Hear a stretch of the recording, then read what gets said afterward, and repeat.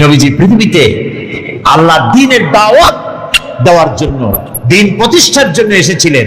এজন্য আসেন নাই আবু জাহাল, আবু লাহাব, সাইবারা নেতৃত্ব দিবে আর মুহাম্মদ সাল্লাল্লাহু আলাইহি ওয়াসাল্লাম তার অধীনে চাকরি করবেন, মসজিদে বসে আল্লাহ আল্লাহ করবেন। মুসা আলাইহিস সালামকে এজন্য পাঠানো হয়নি যে তিনি ফেরাউন রাজত্ব করবে আর তিনি তার অধীনে থেকে আল্লাহ বিল্লাহ করবেন। এজন্য পাঠানো হয়েছে। মূল উদ্দেশ্য কি? আল্লাহ রাব্বুল আলামিন বলেন, হুয়াল্লাযী আরসালা রাসূলাহু বিল হুদা ওয়া দীনিল হক লিইয়ুযহিরাহু আলাদ-দীনি কুল্লিহি ওয়া কাফা বিল্লাহি শাহীদা। আল্লাহ তাআলা তিনি রাসূলকে প্রেরণ করেছেন দ্বীনে হক আর সত্যের বিধান সহকারে, যাতে করে পৃথিবীর সব মতবাদের উপরে ইসলামকে তিনি বিজয়ী করে দিতে পারেন। নবী করিম সাল্লাল্লাহু আলাইহি ওয়াসাল্লাম মক্কি জীবনে এই কাজটি তিনি চালু করলেন। নবী করিম সাল্লাল্লাহু আলাইহি ওয়াসাল্লামকে আল্লাহ রাব্বুল আলামিন সব রকমের সম্মান এবং মর্যাদা দিয়ে পৃথিবীতে পাঠালেন দ্বীনকে প্রতিষ্ঠা করার জন্য। 13 বছর সময় লাগলো মক্কায়। কয় বছর লাগলো? 13 বছর। এই 13 বছর দ্বীনের দাওয়াত দিতে থাকলেন মানুষের দুয়ারে দুয়ারে গিয়ে, গোপনে, রাত্রে, দিনে। আল্লাহর মেহেরবানি লোক তৈরি হয়ে গেল। আবু বকর, ওমর, ওসমান, আলী, খাব্বাব, খুবাইব রিদওয়ানুল্লাহি তাআলা আলাইহিম আজমাইন, এই সব লোক তৈরি হয়ে গেল। কেমন লোক তৈরি হলো? যে হযরত ওমর রাসূলকে হত্যা করতে আসছিলেন, সেই ওমরকে আল্লাহ এমন দরজায় পৌঁছায় দিলেন, রাসূল বললেন, লা নাবিয়্যা বাদি ওয়ালা রাসূলা, আমার পরে নবীও হবে না, রাসূলও হবে না, কিন্তু আমার পরে যদি কেউ নবী হতো লাকানা ওমর, ওমররে আল্লাহ নবী বানাই দিতেন। সুবহানাল্লাহ বলুন। এইসব লোক তৈরি হয়ে গেল। 13 বছর সময় লাগলো। আল্লাহ রাব্বুল আলামিন হিজরতের অর্ডার দিয়ে দিলেন। নবীজি এবার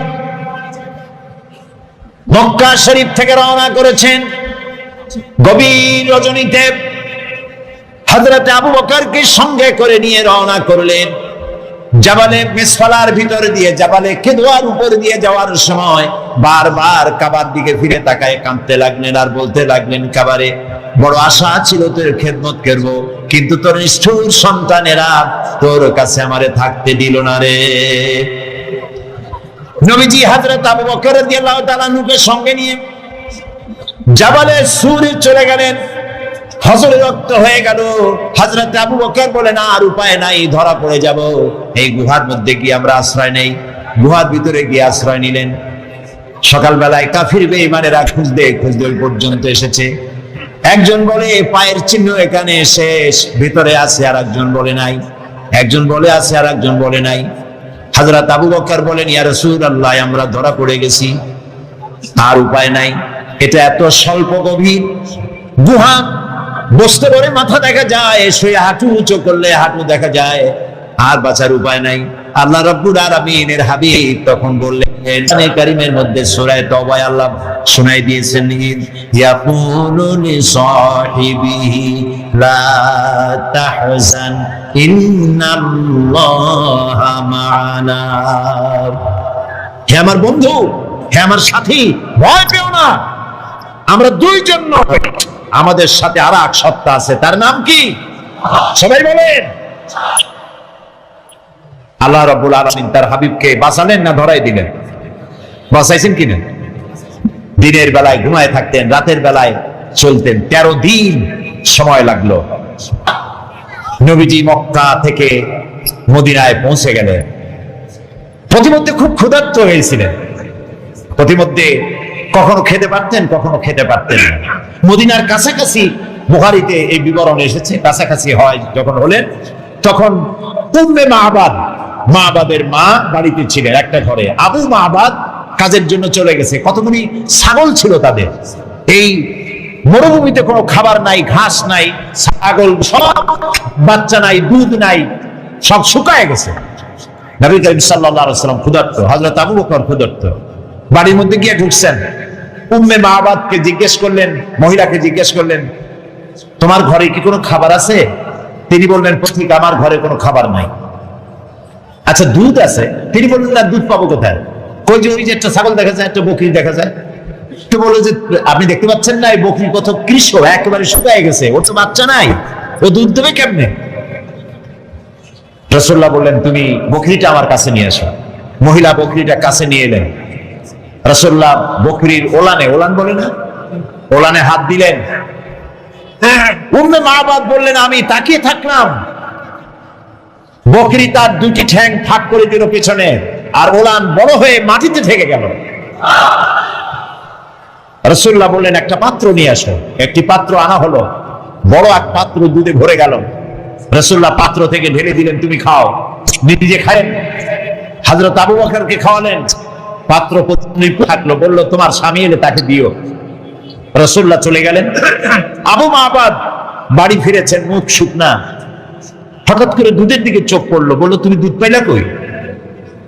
আবু মাবাদ বলছে, পুরুষ বলছে যে আমি তো সারাদিন কষ্ট করেছি, কিছু খাই নাই, তুমি দুধ পেলে কোথায়? উম্মে মাবাদ বললেন, আমাদের বাড়িতে দুইজন মেহমান আসছিলেন এবং যা ঘটনা ঘটলো পুরা ঘটনা তিনি শোনালেন। আবু মাবাদ জিজ্ঞেস করেন, আচ্ছা বলো তো লোকটি কেমন, দেখতে কেমন?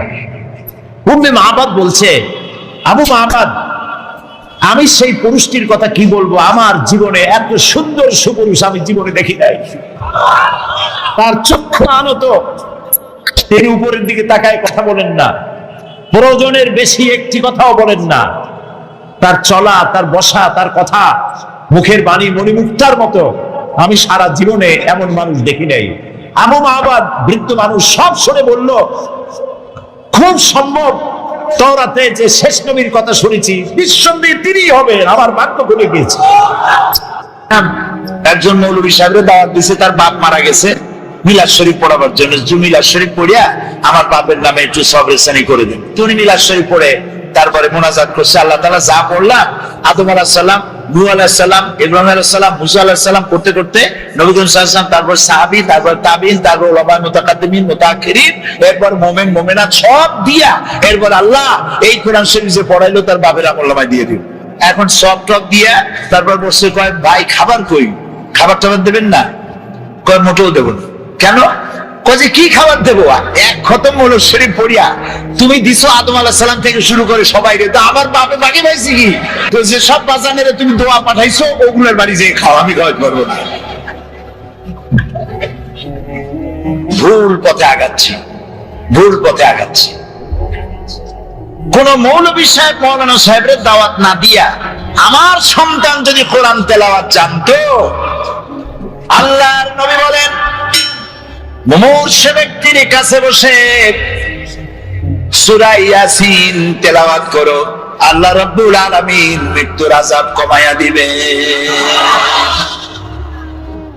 মরতে বসছে, তখন ছেলেবেলেরা হা হুতাশ করতে চিল্লাইতেছে, কোরআন শরীফ পড়তে জানে না, হায়রে কপাল।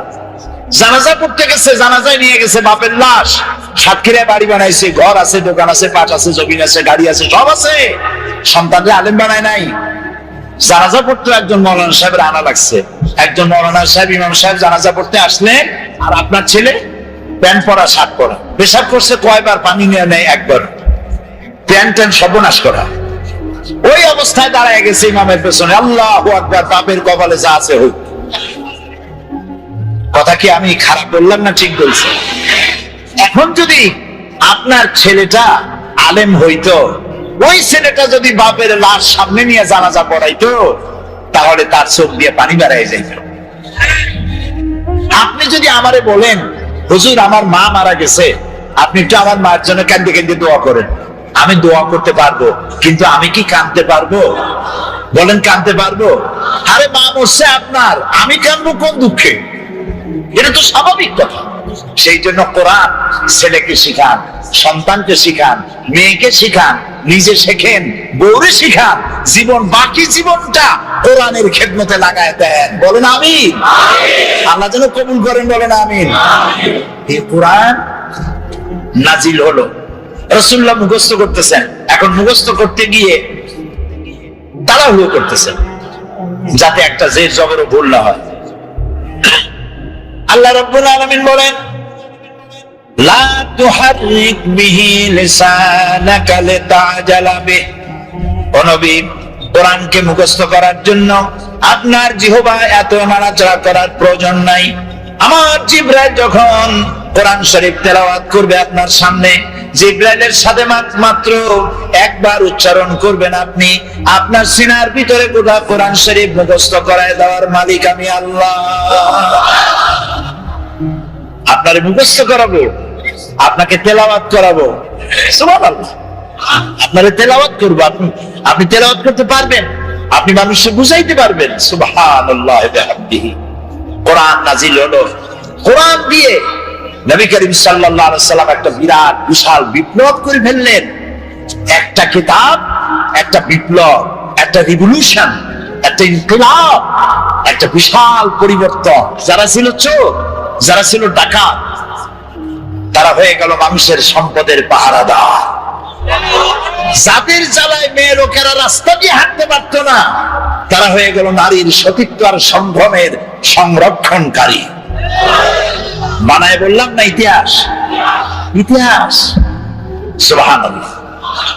মারপিট করে ইসলাম আসে নাই, বোমাবাজি করে ইসলাম আসে নাই। আল্লাহ তাআলা তার রাসূলকে বলেছেন, ইন্নামা আনতা মুযাক্কিরুন লাস্তা আলাইহিম বিমুসাইতির। হে নবী, আপনাকে পাঠাইছি আমি উপদেশক করে, আমি আপনাকে দারোগা করে পাঠাই নাই। মানুষ পিটাইয়া হিদায়াত করার কোনো প্রয়োজন নাই, শুধু মানুষকে বুঝান, যার কিসমতে আছে হেদায়েত হবে। আল্লাহ সব থেকে গণতন্ত্রের মূল্য দিছে বেশি। সুবহানাল্লাহ। গণতন্ত্রের মূল্য মানে, তার মানে হচ্ছে মানুষকে আল্লাহ অধিকার দিয়েছেন। মানুষ তো সূর্য না, চন্দ্র না, গাধাও না, ঘোড়াও না। মানুষ কি? তাও কইতে পারলেন না। মানুষ হলো মানুষ। আর সব থেকে সম্মান দেওয়া হয়েছে কারে? ওয়ালাকাদ কাররামনা বানি আদম। আল্লাহ তাআলা বলেন, আদম সন্তানকে আমি সব থেকে বেশি সম্মান দিয়েছি। সব থেকে বেশি সম্মান তোমাদের। তুমি কি লক্ষ্য করছো, তোমার যত আমি দেই, এই খাবারগুলো কত যত্ন করে দিছি? আপনার বাড়ির ডিসি সাহেব, এসপি সাহেব, এমপি সাহেব, আপনার বাড়ি যদি মেহমান হয়, আপনি খোলা খাবার দেন? খাবারগুলো কি করে আনেন? ডেকে নিয়ে আসেন না? ডেকে নিয়ে আসেন। তো কি এর ডিসি আর এসপি আজ এসে কাল নাই, তাই না? এমপি কোন, মন্ত্রী কোন, আজ আছে কাল নাই, সত্যি না? এই বান্দাগুলি আছে এবং থাকবে, আসতে থাকবে। তো আল্লাহ তাআলা বলছেন, আমি আদম সন্তানকে সম্মান দিছি। সম্মান শুধু এক জায়গায় না, বহু জায়গায়। যত খাবার দিলেন, খাবারগুলো সব প্যাকেট করে দিয়েছেন। কলা দিছেন, প্যাকেট করে দিছেন। আম দিছেন, কভার দিয়ে দিছেন। আনারস দিছেন, কাঁঠাল দিছেন। যত খাবার দিছে আপনি তাকায় দেখেন, সমস্ত খাবারের উপরে কভার দিয়ে পেঁচাইয়া খাবারগুলো দিছে। বান্দা এগুলি খা আর জন্মের মতো নাফরমানি কর, নাকি? আমরা তো তাই করতেছি। আরে কপাল, যিনি করলেন মেহেরবানি আর আমরা করলাম নাফরমানি। তো আল্লাহ তাআলা আদম সন্তানকে সম্মান দিয়ে আল্লাহ তাআলা বলছেন, ওয়াকুলিল হাক্কু মির রাব্বিকুম।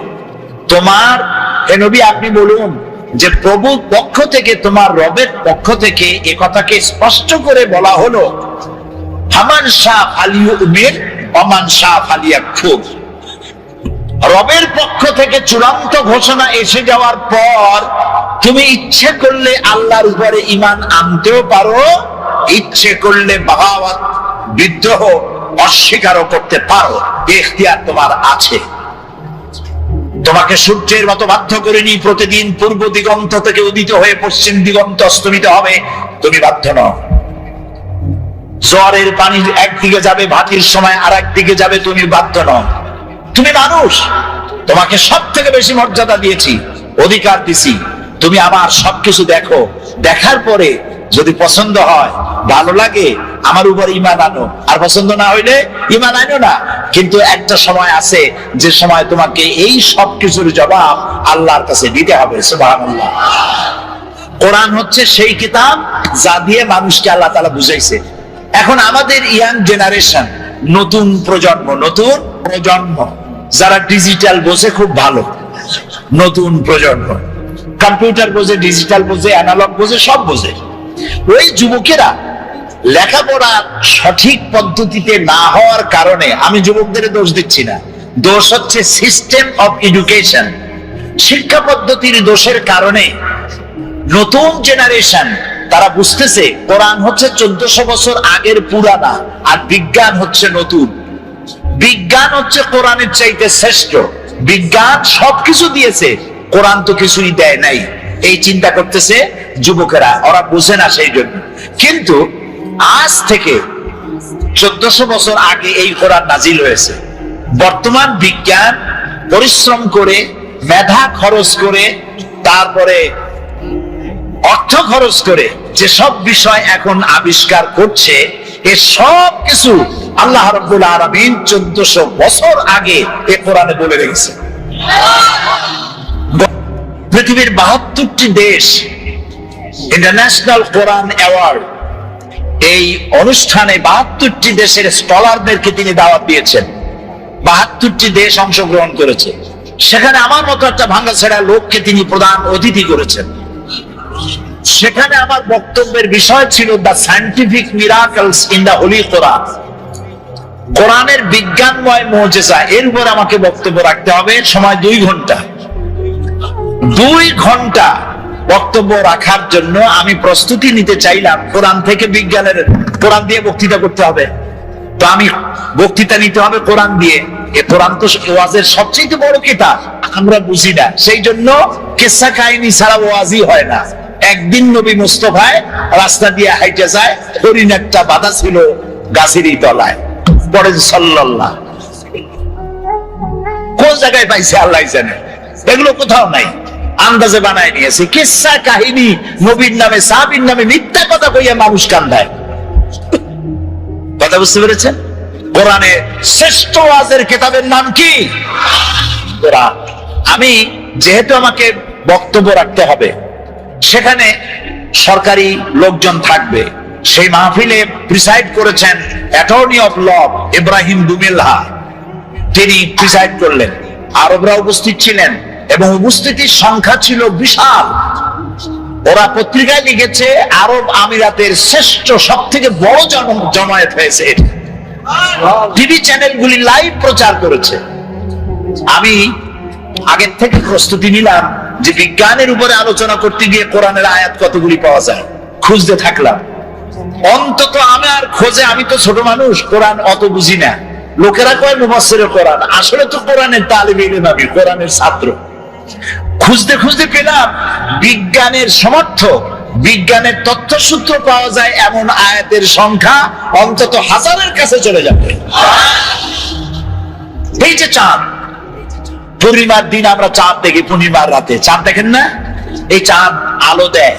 আজ থেকে 100 বছর আগে মানুষের ধারণা ছিল চাঁদ নিজেই আলো দেয়। আর ছোটবেলায় দাদা, নানা, নানি তারা বলতো, দাদু মনে বুঝছো? বলে কি? ওই যে চাঁদে কালো কালো দেখা যায়, ওটা কি জানো? বলতাম না, জানি না তো।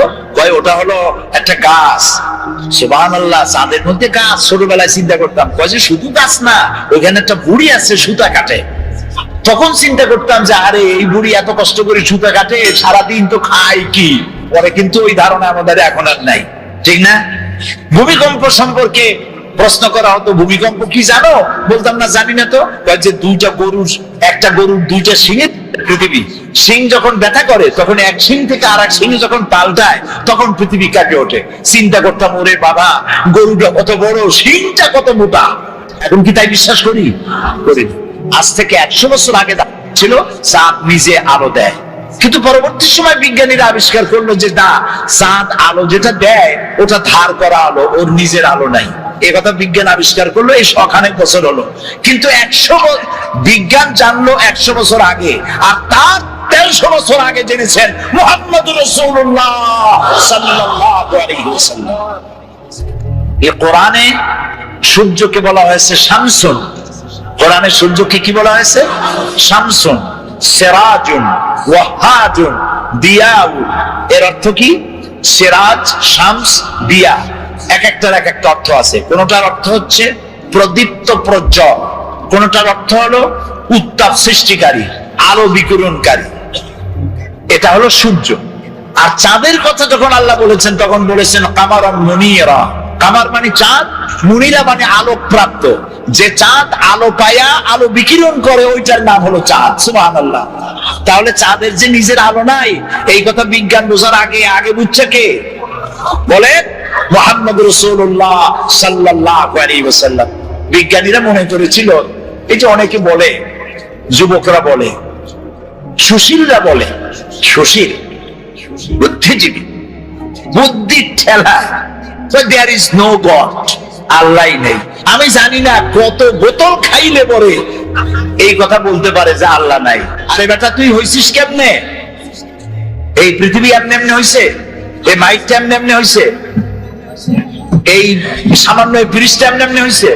কেউ তো বানাইছে। তো মাইকটা, সাইকেলটা, জুতাটা সবটা বানাইতে কেউরে লাগলো, আর তোমারে বানাইতে কেউরে লাগে নাই, এমনি এমনি হইছে। আল্লাহ রহম করুক, বলেন আমিন। ওরা বলে যে দেয়ার ইজ নো গড, স্রষ্টা বলতে কেউ নেই। তো কি হয়েছে? তো এমনি এমনি হয়েছে সব। এরপরে বিজ্ঞানীরা দেখলো যে চাঁদ হলো পৃথিবীর সব থেকে, নবী করিম সাল্লাল্লাহু আলাইহি ওয়াসাল্লামকে বিশ্বাস করতে চায় না, কোরআনকে বিশ্বাস করতে চায় না, বলেছে আমাদের বিজ্ঞানীরা তো চাঁদে গেছে।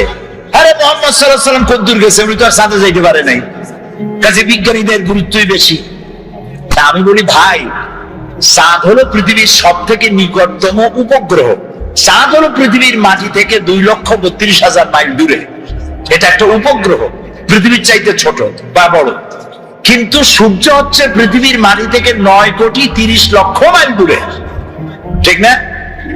আর ওই সূর্যটা হলো পৃথিবীর থেকে 13 লক্ষ গুণ বড়। বিজ্ঞানীরা মনে করলো এটাই বুঝি শেষ, কিন্তু না, সেটাই শেষ না। দেখা গেল সূর্যের চাইতে বড় আছে, কি আছে? সূর্যের চাইতে আছে বড় আছে তারকা, গ্যালাক্সি। গ্যালাক্সির ভিতরে এমন এমন তারকা আছে, যে তারকা খুব মন খারাপ, মন খুলে শুনুন, যেই সূর্যটা পৃথিবীর চাইতে 13 লক্ষ গুণ বড়, এরকম 2.5 থেকে 3 কোটি সূর্য খাইয়া হজম করতে পারে এরকম হাজার হাজার অসংখ্য তারকা আল্লাহ তাআলা আকাশে সৃষ্টি করে রেখেছে। বিজ্ঞানীরা মনে করলো এই তারাই তাহলে বড়, কিন্তু পরবর্তী সময় আবিষ্কার হলো না, তারাই বড় না, ওর থেকে বড় আছে। ওর থেকে বড় কি? ওর থেকে বড় হলো ব্ল্যাক হোল। ব্ল্যাক হোল হচ্ছে অন্ধকার কূপ। এই অন্ধকার কূপটা এত বড় কূপ যে তারায় 2.5 থেকে 3 কোটি সূর্য খাইয়া হজম করতে পারে। সেই তারা ঘুরতে ঘুরতে যদি ব্ল্যাক হোলের রেঞ্জের মধ্যে এসে যায়, তাহলে এই ব্ল্যাক হোল আপনি যেমন চকলেট চুষে শেষ করে ফেলেন, তার থেকে দ্রুত সময়ের ভেতরে ওই তারা চুষে শেষ করে ফেলে দেয়। এই কথা বিজ্ঞান জানলো সেদিন। আর আল্লাহ রাব্বুল আলামিন বিজ্ঞান জানার 1300 বছর আগে আল্লাহ রাব্বুল আলামিন বলছেন, ফালা উকসিমু বিন নুজুম, সেই তারকাসমূহের শপথ, সেই তারকাসমূহের শপথ করি, সেই তারকাসমূহ নিপতিত হয় যেখানে। তারকাসমূহ নিপতিত হয় যে জায়গায়, সেই জায়গার শপথ করি। তো তারকাসমূহ নিপতিত হয় কোথায়? ব্ল্যাক হোলের মধ্যে। সেই কথা আল্লাহ তাআলা 1400 বছর আগে বলে রেখেছেন কোরআন শরীফে। এই যে আপনার আমার একটা শরীর, একটা বডি আছে না? কেমনে হয়েছে এই বডিটা? আল্লাহ রাব্বুল আলামিন বলেন, এই কোরআনের মধ্যে বলেছেন, ইন্না খালাকনাকুম মিন তুরাবিন সুম্মা মিন নুতফাতিন সুম্মা মিন আলাকাতিন সুম্মা মিন মুদগা।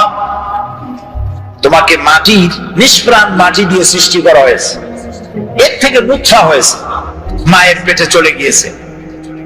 এখন বিজ্ঞানীরা, ভ্রূণ তত্ত্ববিদরা বলেন, ভ্রূণ তত্ত্ববিদ তারা বলেন, ভ্রূণ থাকে মায়ের পেটে 3টা পর্দার আড়ালে।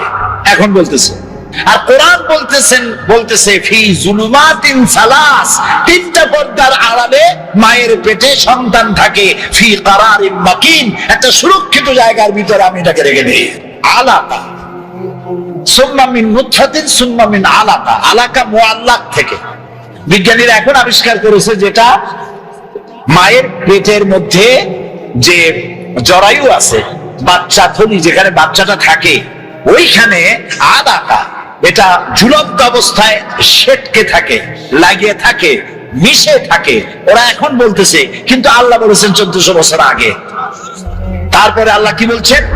এটাকে আমি গোশতপিণ্ড বানাই, ফাকাসাউনাল ইযামা লাহমা, এই গোশতগুলিকে কচি কচি কতগুলি হাড্ডি দিয়া বডি ফরমেশন করে তার উপরে গোশত দেই, তার উপরে লাহাম দেই, চামড়া দেই, এরপরে একটা মানুষের আকৃতি ফি আইয়ি সূরাতিন মা শা রাক্কাবা, রাক্কাবা ইউরাক্কিবু তারকিবান, একটার পর একটা জোড়া দিয়া আমি তোমাকে তৈরি করেছি। দেখো তো জোড়া কতগুলা, হাতের আঙ্গুল থেকে শুরু করে বাহু পর্যন্ত কয়টা জোড়া? খালি কিলাকিলি করছেন, জোড়া কয়টা গুনে দেখেন নাই?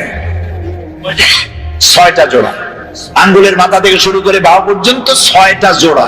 এই 6টা জোড়া যদি না থাকতো তাহলে কি হতো? ধরেন একটা জোড়া বাদ দিলাম, কোনোই তো জোড়া নাই, কারো কবজা নাই। কি বলে সাতক্ষীরা কি কয়, দরজায় কি লাগায়? কবজা বলেন তো। এইখানে কবজা নাই, এখানে যদি কবজাটা না হতো এটা কি হইতো? এটা হাত হইতো না, হইতো লাঠি। ভাত খাইতেন কেমনে? এটা তো ক্লোজ হবে না, ভাত খাবেন কেমনে? খাবারের জন্য 2 হাতের মাথায় 2 জনে বসতে হবে, এ ওরে মুখে দেবে, সে তার মুখে দেবে।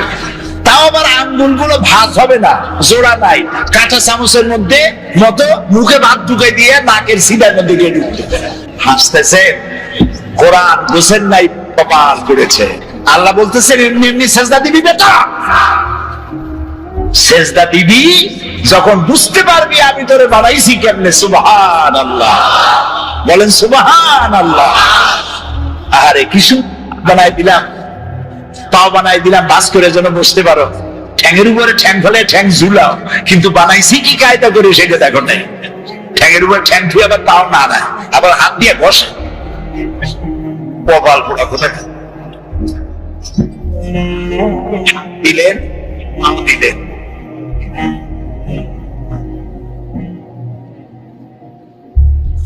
ঠোঁট দিলেন কথা বলার জন্য, ওয়ালিসানা ওয়া শাফাতাইন ওয়া হাদাইনাহুন নাজদাইন। সুবহানাল্লাহ।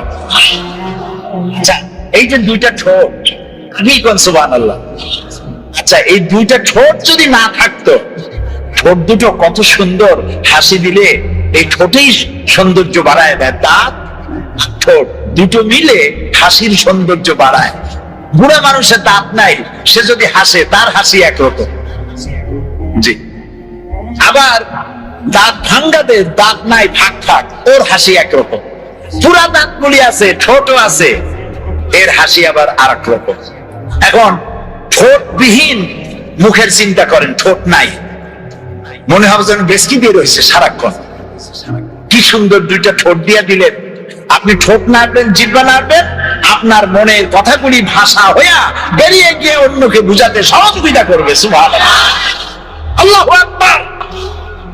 আরো জোরে কর আল্লাহু আকবার। কোরআন এর ব্যাখ্যার কোনো শেষ নাই।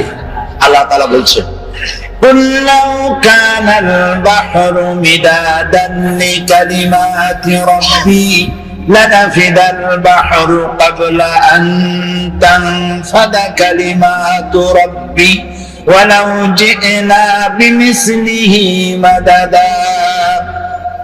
আল্লাহ তাআলা বলেন, হে আমার নবী আপনি বলেন, তাম পৃথিবীর সব পানিগুলি যদি কালি হয়ে যায়, আর তাই দিয়ে যদি আমার রবের কালেমার ব্যাখ্যা লেখা যদি শুরু হয়ে যায়, লিখতে লিখতে তাম পৃথিবীর সব পানিগুলি শেষ হয়ে যাবে, আমার রবের কালেমার ব্যাখ্যা লেখা শেষ হবে না। এটা সেই কোরআন। সুবহানাল্লাহ বলবেন না? আরে মুসলমান, এই কোরআন বুঝি না, কোরআন বুঝি না। ছেলেপেলেদেরকে কোরআন শিখাই না, বাচ্চারা কোরআন জানে না। মরার সময় এই একটু আগে বলে আসছি মাদ্রাসা শিক্ষক পরিষদের মিটিং এর মধ্যে, না কোথায় বললাম, হ্যাঁ বলে আসলাম, যখন মারা যায়, মরার সময় না শিবিরের কোথায় কোন প্রোগ্রামে বললাম, মানুষ যখন মারা যায় তখন তার পাশে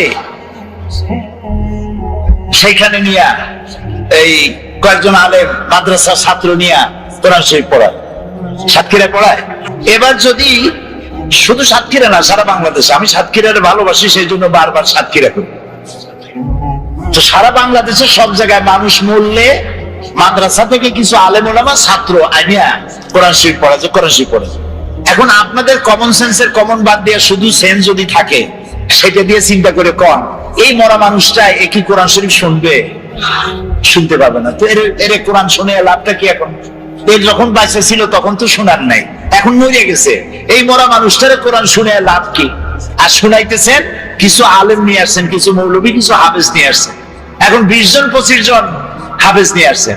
ওরা চিন্তা করতেছে যে 25 জন আসছি, যদি 1000 টাকা দেয় তাহলে 50 টাকা করে ভাগে পাবো, কি 25 টাকা করে ভাগে পাবো। ও তেলাওয়াত করতেছে আর ফাঁকে ফাঁকে যদি এগুলো চিন্তা করে, কোন হাফেজ আলেম রাগ করবেন না, আমি সত্যি কথা বলতেছি। এই চিন্তা যদি করে না, আমি ধরে নিলাম করে না, কিন্তু যদি করে পড়ার সময় যে পয়সা এত কয়টা দেবে ভাগে পাবো এত, তাহলে বিশ্বাস করুন 1 পয়সারও সওয়াব হবে না। সারাদিন তেলাওয়াত করবেন, কোনো সওয়াব হবে না। তাহলে সবই হইল না, আর মরা মানুষের কাছে বসে পড়াইলেন, লাভটা হইলো কি? খামোকা কতগুলি পয়সা গেল। আল্লাহ পাকের মহব্বতে উদ্বুদ্ধ হয়ে যারা এতিম এবং মিসকিনকে যারা দান করে, আত্মীয় স্বজন, গরিব আত্মীয় স্বজন, অসহায় প্রতিবেশী, পথচারী, এদের জন্য যারা সাহায্য করে। কারণ হচ্ছে ইসলাম তো শুধু নামাজ রোজার কথাই বলেনি, ইসলাম মানুষের জীবনের সকল দুঃখ দুর্দশার দিকে লক্ষ্য রেখেছে।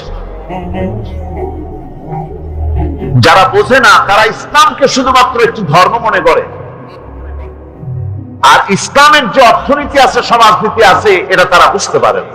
মাছের যেমন পচন ক্রিয়া শুরু হয় তার মাথা থেকে, সমাজের পতন শুরু হয় তেমন রাজনৈতিক নেতৃবৃন্দ, সমাজ নেতৃবৃন্দ এবং এক শ্রেণীর বুদ্ধিজীবীদের মাথা থেকে। না, কখনোই নয়। আসল ব্যাপার হচ্ছে তোমরা হীনমন্যতার কারণে এতিমকে সম্মান দাও না, এতিমকে মর্যাদা দাও না। ওয়ালা তাহাব্বুনা আলা তাআমিল মিসকিন, আর মিসকিনদেরকে তোমরা পরস্পরকে খেতে দেওয়ার জন্য তোমরা উৎসাহিত করো না। নিজেরাও খাও না, অন্যদেরকেও সে পথে উৎসাহিত করো না।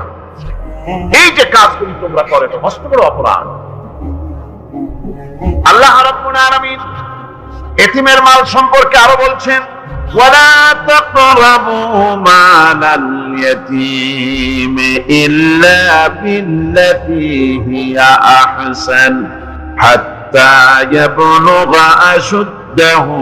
আল্লাহ পাক বলছেন এতিমের মালের নিকটবর্তীও হবে না যতক্ষণ পর্যন্ত তারা যৌবন প্রাপ্ত না হয়, বুদ্ধি শুদ্ধি না আসে, ততক্ষণ পর্যন্ত এতিমের মালের কাছে যাবে না। হ্যাঁ যাবে, মালটাকে রক্ষণাবেক্ষণ করার জন্য, মালগুলি খাওয়ার জন্য না। এতিমদের ব্যাপারে আল্লাহ পাক এভাবে সতর্ক করেছেন। মানুষ যখন, বাচ্চাগুলি যখন এতিম হয়ে যায়, বাচ্চা বেঁচে থাকতে, বাচ্চার বাপ মা বেঁচে থাকতে বাচ্চারে কোলে নেয়। দেখবেন বড় লোকের ছেলে দেখতে ভালো দেখা যাচ্ছে না, নাকে ময়লা, তাতে ময়লা, তারপরেও বড় লোক, সেই জন্য বাচ্চাটারে কোলে নেয়। ইচ্ছা করে না, তারপরে তারা খুশি করার জন্য কোলে নেয়। করে না কিরকম? এরকম করে। বাপ মা বেঁচে আছে, তখন চাচাতে, মামুতে, ভাগ্নাকে, ভাতিজাকে আদর করে কোলে নেয়, ঘাড়ে নেয়, চুমা খায়। আর যখন বাপ মা মরে গেল, বাপ যখন মারা গেল, এই ছোট্ট বাচ্চাটি চাচার দিকে ফেলফাল করে তাকায়, মায়ের দিকে তার মামার দিকে ফেলফাল করে তাকায়, একটি বারের জন্য কোলে নিয়ে তখন আর আদর করে না। মনের মধ্যে তখন দুর্বিসন্ধি থাকে, এই বাচ্চা মরুক, অথবা তার সম্পদ যা আছে সম্পদগুলিকে লুটপাট করে নেয়। দেখেন এবার মিলান কথার সাথে আল্লাহ পাক, লাইসাল বিররা আন তুওয়াল্লু ওয়াজুহাকুম কিবালাল মাশরিকি ওয়াল মাগরিব। পূর্ব পশ্চিমে কত মাথা ঘুরালে, কত সেজদা দিলে, এটাই কিন্তু পুণ্যবান হওয়ার জন্য বড় কথা নয়। বরং সত্যই হলো আগে যা বলেছি সেগুলি, আর সত্য হলো এতিম মিসকিনদেরকে, বিধবাদেরকে, অসহায়দেরকে সাহায্য করতে হবে। এগুলি করলে তাহলে তুমি মুমিন বলে প্রমাণিত হবে, তুমি সৎ ব্যক্তি, ভালো মানুষ, নেককার, পুণ্যবান বলে আল্লাহ পাকের দরবারে তুমি প্রমাণিত হবে। আল্লাহ পাক বলছেন, ওয়াকামাস সালাতা ওয়া আতাজ যাকাত। সত্যিকারের নেককার এবং পুণ্যবান হওয়ার জন্য নামাজ প্রতিষ্ঠা করতে হবে আর যাকাত আদায় করতে হবে। আমি নামাজটাকে মাঝখান থেকে ছেড়ে দিলাম আগামীকালের জন্য ইনশাআল্লাহ। যেহেতু এতিম মিসকিনদের কথা, সাদকার কথা, দানের কথা বলছি, আর যাকাত আছে সামনে, এটার সাথে যাকাতটারে মিলাই দিই, তাহলে কালকে শুধু নামাজের ব্যাপারে বললেই চলবে ইনশাআল্লাহ। আর নামাজ আর যাকাত এতই গুরুত্বপূর্ণ, যেটা ছাড়া ইসলামের ইমারত গড়তেই পারে না, ইসলাম থাকতে পারে না, মুসলমান থাকতে পারে না, শান্তি থাকতে পারে না, স্বাধীনতার গ্যারান্টি হতে পারে না। নামাজ, যাকাত আল্লাহ পাক যে নিয়ম করেছেন, এর উপরই মানুষের শান্তি, স্বস্তি, স্থিতিশীলতা সবটার গ্যারান্টি হচ্ছে নামাজ আর যাকাত। সুবহানাল্লাহ। আল্লাহ রাব্বুল আলামিন যাকাতের কথা বলছেন। যাকাত হচ্ছে পবিত্র করে দেওয়া। নামাজের পর ইসলামের সবচেয়ে গুরুত্বপূর্ণ ব্যাপার হলো নামাজ, নামাজের পরেই গুরুত্বপূর্ণ ব্যাপার হচ্ছে যাকাত। আর ইবাদতের বেলায় সাধারণত নামাজের পরে আমরা রোজা বলি, নামাজ রোজা, কিন্তু আসল কথা হচ্ছে নামাজের পরেই যাকাত। কোরআনে কারিমে এভাবেই বলা হয়েছে। নামাজ এবং যাকাত এই দুটি জিনিস হচ্ছে ইসলামের প্রধান স্তম্ভ। ইসলামী রাষ্ট্র যদি হয়, যদি দেশটা ইসলামী রাষ্ট্র হয়ে যায়, তাহলে মুমিনেরা যদি ক্ষমতায় আসে, তাহলে কি কাজ করবে? আল্লাহ রাব্বুল আলামিন কোরআনে কারীমের মধ্যে বলেছেন, আল্লাযীনা ইম্মাক্কান্নাহুম ফিল আরদি আকামুস সালাত ওয়া আতাউজ যাকাত। আমার মুমিন বান্দারা যদি ক্ষমতায় আসে, মুমিনরা যদি ক্ষমতা পায়, তাহলে চারখানা কাজ করবে। কয়খান কাজ? জোরে চিল্লায় কোন কয়খান? প্রথম কাজ, ক্ষমতায় এসেই নামাজ প্রতিষ্ঠা করবে। প্রথম কাজ কি? নামাজ প্রতিষ্ঠা করবে। সে নামাজের কথা বলবো কালকে। 2 নম্বরের কাজ হলো যাকাত আদায় করবে। 2 নম্বরের কাজ কি? যাকাত আদায় করবে। যাকাত বোর্ড গঠন করবে না, যাকাত আদায় করবে। যে সরকার নামাজ প্রতিষ্ঠা করে না, সে সরকারের যাকাত বোর্ড করে যাকাত আদায় করার অধিকার থাকার কথা নয়। সুবিধাবাদ সিন্দাবাদ দিলে তো চলবে না। যাকাতের টাকা নিয়ে করেন কল্যাণমূলক কাজ, কিন্তু আল্লাহর হুকুম তো সেরকম না। আল্লাহর প্রথম হুকুম হলো নামাজ প্রতিষ্ঠা করতে হবে, তারপরে যাকাত আদায় করতে হবে। কোরআন শরীফ খোলার সাথে সাথে যে জিনিসটা নজরে পড়ে, সেটা কি? কোরআনে কারীম খোলার সঙ্গে সঙ্গে যে জিনিসটি নজরে পড়ে, তা হলো আলিফ লাম মিম যালিকাল কিতাবু লা রাইবা ফীহি হুদাল লিল মুত্তাকিন আল্লাযীনা ইউমিনুনা বিল গায়বি ওয়া ইউকিমুনাস সালাতা ওয়া মিম্মা রাযাকনাহুম ইউনফিকুন। এই কিতাবের মধ্যে কোনো সন্দেহ নাই, মুত্তাকিনদের জন্য কিতাব হেদায়েত, হেদায়েতের জন্য এসেছে। আর মুত্তাকি হচ্ছে তারা যারা নাকি গায়েবের প্রতি ঈমান আনে, অদৃশ্যকে বিশ্বাস করে, নামাজকে প্রতিষ্ঠা করে, আর আমি যে রিজিক দিয়েছি তার দ্বারা আমার রাস্তায় খরচ করে। ইসলাম নামাজের পরই যাকাতের জায়গাটা দিয়েছে। যেখানেই আছে আকিমুস সালাত, সেখানেই আছে ওয়াতুজ যাকাত। দেখছেন কি ধরনের একটা মিল? যেখানেই নামাজ প্রতিষ্ঠা করো, সেখানে যাকাত আদায় করো। তার মানে হলো নামাজ সঠিকভাবে প্রতিষ্ঠা হতেই পারে না যাকাত ভিত্তিক অর্থ ব্যবস্থা পরিচালিত হওয়া ছাড়া। কারণ একটি গরিব মানুষ, পেটে খাবার নাই, সে নামাজ পড়তে যখন দাঁড়িয়েছে, তার নিজের পেটে খাবার নাই, তার বাচ্চা অসুখে তড়পাচ্ছে, তার ছেলের পরীক্ষার ফি নাই, ফি দেওয়ার মতো পয়সা নাই, তার স্ত্রীর পরনে কাপড় নাই, নামাজ পড়তে দাঁড়িয়েছে, স্বাভাবিকভাবেই নিজের ক্ষুধার যন্ত্রণা, বিবি বাল বাচ্চার কষ্টের কথা, এগুলি তার মনের মধ্যে তোলপাড় করে উঠবে। সে কথা আল্লাহর চাইতে আর কে ভালো বুঝবে? সেই জন্য আল্লাহ পাক বলেছেন, আকিমুস সালাত ওয়া আতুজ যাকাত, নামাজ প্রতিষ্ঠা করো, যাকাত আদায় করো। নামাজ আর যাকাতকে পাশাপাশি রাখা হয়েছে। আর এই নামাজ আর যাকাত দুনিয়ার সমস্ত নবীদের উপর আল্লাহ ফরজ করেছিলেন। কোন সুবহানাল্লাহ। এ শুধু আপনার আমার নবীর উপরে না, দুনিয়ার সব নবীদের উপরে নামাজ আর যাকাত কি ছিল? ফরজ। আমার ভাইরা, একদিকে জাহান্নামের এই কঠিন শাস্তির কথা, আবার অপরদিকে আল্লাহ বলেন, শোনো এমন জান্নাত আমি রেখেছি, মাসালুল জান্নাতিল্লাতী উইদাল মুত্তাকুন, এমন বেহেশত মুত্তাকিনদের জন্য যার ওয়াদা করা হয়েছে এমন বেহেশত, সেটা ফিহা আনহারুম মিন মাইন গায়রি আসিন, সেখানে এমন সুন্দর স্বচ্ছ পানির ঝর্ণাধারা, সুমিষ্ট পানির ঝর্ণাধারা রাখা হয়েছে। ওয়া আনহারুম মিন লাবানিন লাম ইয়াতাগায়্যার তা'আমুহু, আর সেখানে দুধের ঝর্ণা রাখা হয়েছে যার স্বাদ কখনো নষ্ট হবে না। ওয়া আনহারুম মিন খামরিন লাযযাতান লিশ-শারিবিন, আর রাখা হয়েছে পানীয়ের ঝর্ণাধারা যা পানকারীদের জন্য অত্যন্ত সুন্দর হবে, খুবই সুস্বাদু হবে। আর রাখা হয়েছে ওয়া আনহারুম মিন আসালিম মুসাফফা, পরিষ্কার পরিচ্ছন্ন সুস্বাদু মধুর ঝর্ণা। ধরে বলেন সুবহানাল্লাহ। ওয়া সাকাহুম রাব্বুহুম শারাবান তাহুরা, জান্নাতের ভিতরে তোমাদেরকে পান করানো হবে শারাবান তাহুরা, পবিত্র পানীয়। তাহের এবং তাহুর দুটি কথা। তাহের বলা হয় সেই জিনিসকে যা নিজে পাক, আর একজনকে পাক করতে পারে না, যেমন মধু, যেমন তেল, যেমন দুধ নিজে পাক, কিন্তু দুধ দিয়ে যদি কেউ গোসল করে, দুধ দিয়ে যদি কেউ উযু করে, ও নিজে পাক কিন্তু আপনাকেও পাক করতে পারবে না। এটার নাম হচ্ছে তাহের। আর তাহুর বলা হয় সেই জিনিসকে যে নিজেও পাক এবং অন্যকেও পাক করে দিতে পারে, যেমন পানি।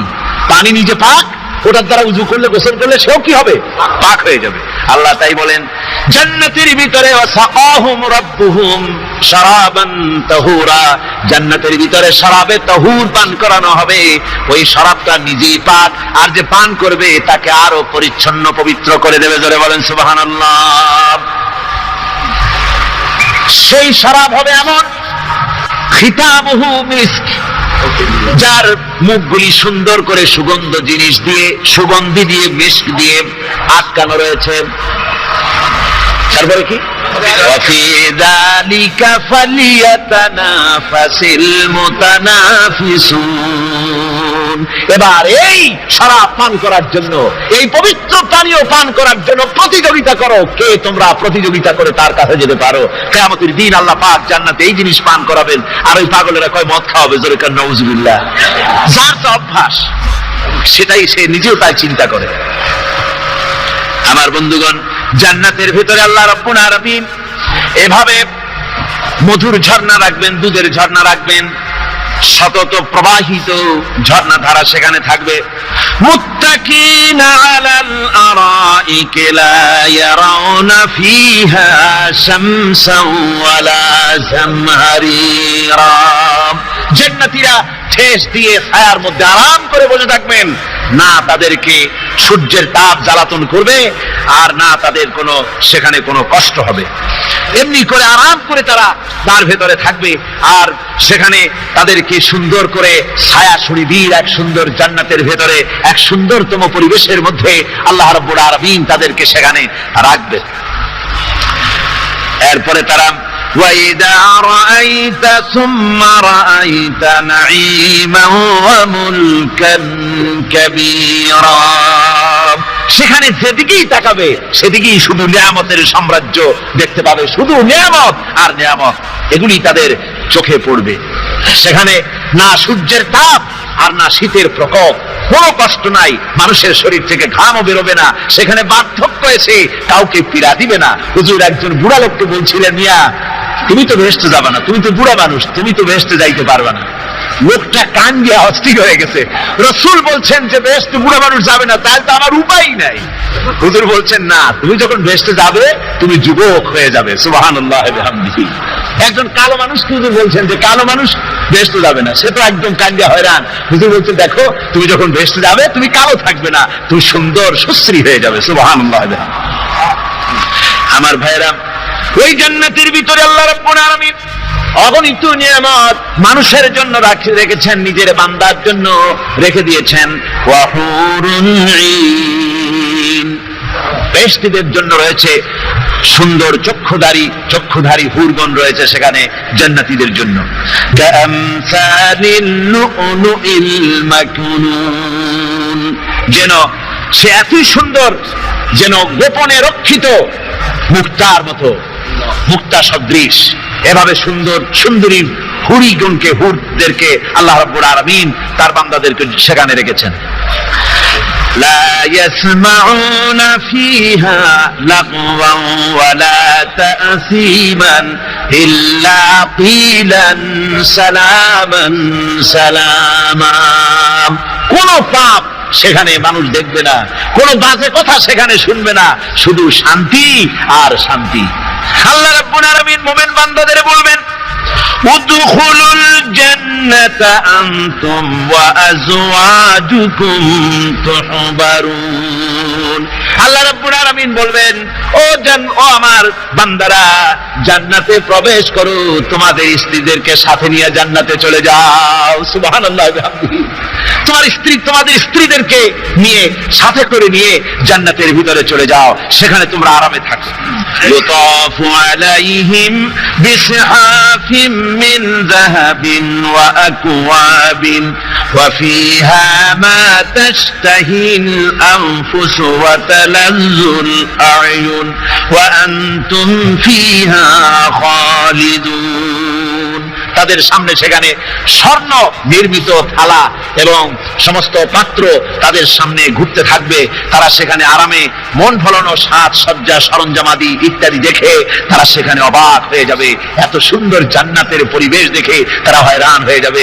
এই জান্নাতীদেরকে আল্লাহ রাব্বুল আলামিন ফেরেশতাদেরকে অর্ডার করবেন, ও আমার ফেরেশতারা, আমার এই বান্দাগুলিকে জান্নাতের দিকে নিয়ে যাও। ওয়াসিকাল্লাযীনা তাকাউ রাব্বাহুম ইলাল জান্নাতি যুমারা।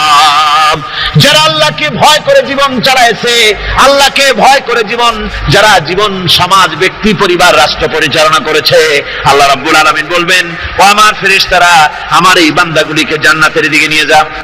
যারা আরামে টাটকা সুখগুলি, আরামগুলি যারা বর্জন করে আল্লাহ রাব্বুল আলামিনকে বিশ্বাস করে যারা জীবন পরিচালনা করেছে, আল্লাহ পাক তাদের জন্য জান্নাত রেখেছেন এবং তাদের জন্য বলছেন, সাবিকু ইলা মাগফিরাতিন মির রাব্বিকুম ওয়া জান্নাতিন আরদুহা কা'আরদিস সামাই ওয়াল আরদ উইদ্দাত লিল্লাযীনা আমানু বিল্লাহি ওয়া রাসূলিহি।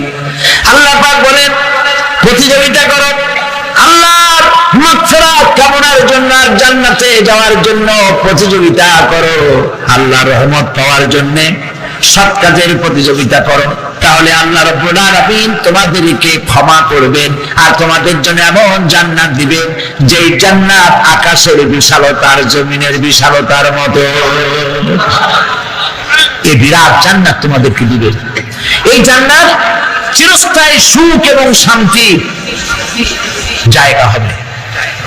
মাসালুল জান্নাতিল্লাতী উইদাল মুত্তাকুন ফিহা আনহারুম মিন মাইন গায়রি আসিলিন ওয়া আনহারুম মিন লাবানিন লাম ইয়াতাগায়্যার তা'আমুহু।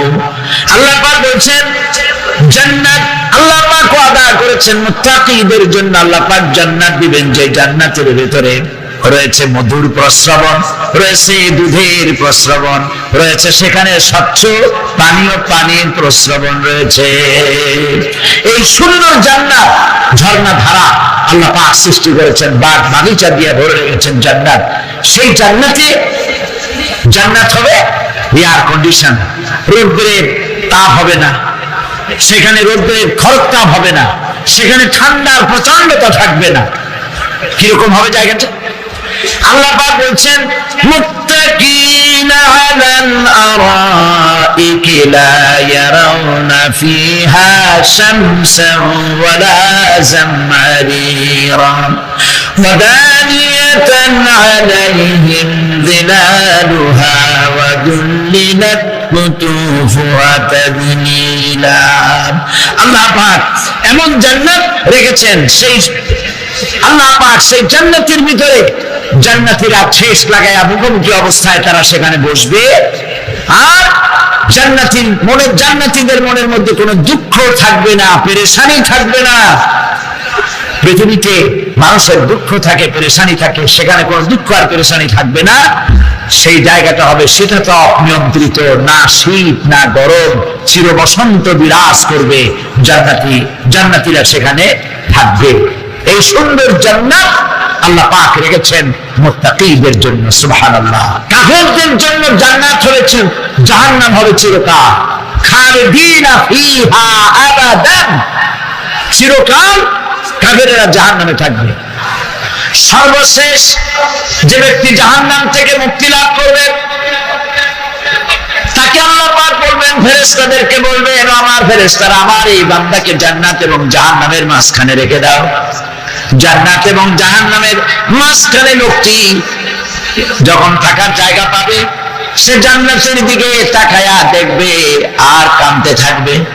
আল্লাহ পাক জিজ্ঞেস করবেন, বান্দারে যুগের পর যুগ ধরে জাহান্নামে কেঁদেছো, আমি রব্বুল আলামিন জাহান্নাম মাফ করে দিয়া জান্নাত জাহান্নামের মাঝখানে রেখে দিয়েছি, আযাব থেকে তো বেঁচে গেছো, এখন কাঁদো কেন? লোকটি বলবে, রব্বুল আলামিন কাঁদি এই কারণে, জাহান্নাম থেকে মাফ করেছে, তোমার শুকরিয়া আদায় করি। জান্নাত তো আমার কপালে নাই, কিসমতে নাই, কিন্তু জান্নাত আমি এখান থেকে দেখতে পাচ্ছি। জান্নাতের সুঘ্রাণ আমার নাকে আসতেছে, কপালে নাই যাওয়ার। আমি কাঁদি এই জন্য, তুমি যদি মেহেরবানি করে আমাকে জান্নাতের দরজার কাছে একটু দাঁড় করায় দিতা, প্রাণ ভরে তোমার জান্নাতের দৃশ্যটা একটু দেখতাম। আল্লাহ পাক তার আরজি পূরণ করবেন, বলবেন যাও। ফেরেশতাদের বলবেন, এর জান্নাতের দরজার কাছে দাঁড় করায় দাও। জান্নাতের দরজার কাছে দাঁড়িয়ে লোকটি আবার কান্না শুরু করবে। আল্লাহ পাক প্রশ্ন করবেন, এবার কান্দো কেন? লোকটি বলবে, রব্বুল আলামিন কান্দি এই কারণে, জান্নাতের এই দরজায় দাঁড়ায়া জান্নাতের অফুরন্ত নিয়ামত কিছুই ভালো করে দেখা যায় না, শুধু অল্প জায়গা দেখি। যদি তুমি আমারে দয়া করে জান্নাতের মাঝখানে দাঁড় করায় দিতা, চতুর্দিকে তাকায়া তাকায়া দেখা কলিজারে ঠান্ডা বানাইতাম। তবে আমি ওয়াদা করি, জান্নাতের কোন নাজ নিয়ামত, কোন ফল আমি খাবো না, ধরবো না, ছুঁইব না। একটুখানি মেহেরবানি করে মাঝখানে দাঁড় করাইয়া দাও, জান্নারে ঠান্ডা করি। আল্লাহ রাব্বুল আলামিন ফেরেশতাদের বলবেন, আমার এই বান্দারে জান্নাতের মাঝখানে দাঁড় করাইয়া দে। আল্লাহর নবী বলেন, জান্নাতের মাঝখানে দাঁড়িয়ে লোকটি আগের চাইতে আরো জোরে চিৎকার মেরে কাঁদতে থাকবে। আল্লাহ পাক বলবেন, বান্দারে কি হলো তোর? দরজার কাছে আসতে চাইছো, আইনা দিলাম। আবার এবার মাঝখানে আসতে চাইছো, তাও এনে দিয়েছি, আবার কান্দো কেন? লোকটি বলবে, রব্বুল আলামিন এবার কান্দি এই জন্যে, তুমি যখন দয়া করে একটিবার জান্নাতের মাঝখানে এনে আমাকে দাঁড় করায় দিয়েছো, তুমি রহমান রহিম গফুরুর রহিম, এই জান্নাত থেকে আবার আর বাইর করে দিও না। আল্লাহ রাব্বুল আলামিন বলবেন, ও আমার বান্দারে, আমার এই জান্নাত তোর খুব পছন্দ হয়েছে নাকি? লোকটি বলবে, রব্বুল আলামিন কলিজা ঠান্ডা হয়ে গেছে, ভাবতেও পারি না এই জান্নাত এত সুন্দর। আল্লাহ পাক বলবেন, বান্দারে এরকম একটি নয়, দুইটা নয়, তোর জন্য আমি 10টা জান্নাত এরকম রিজার্ভ করে রাখছি।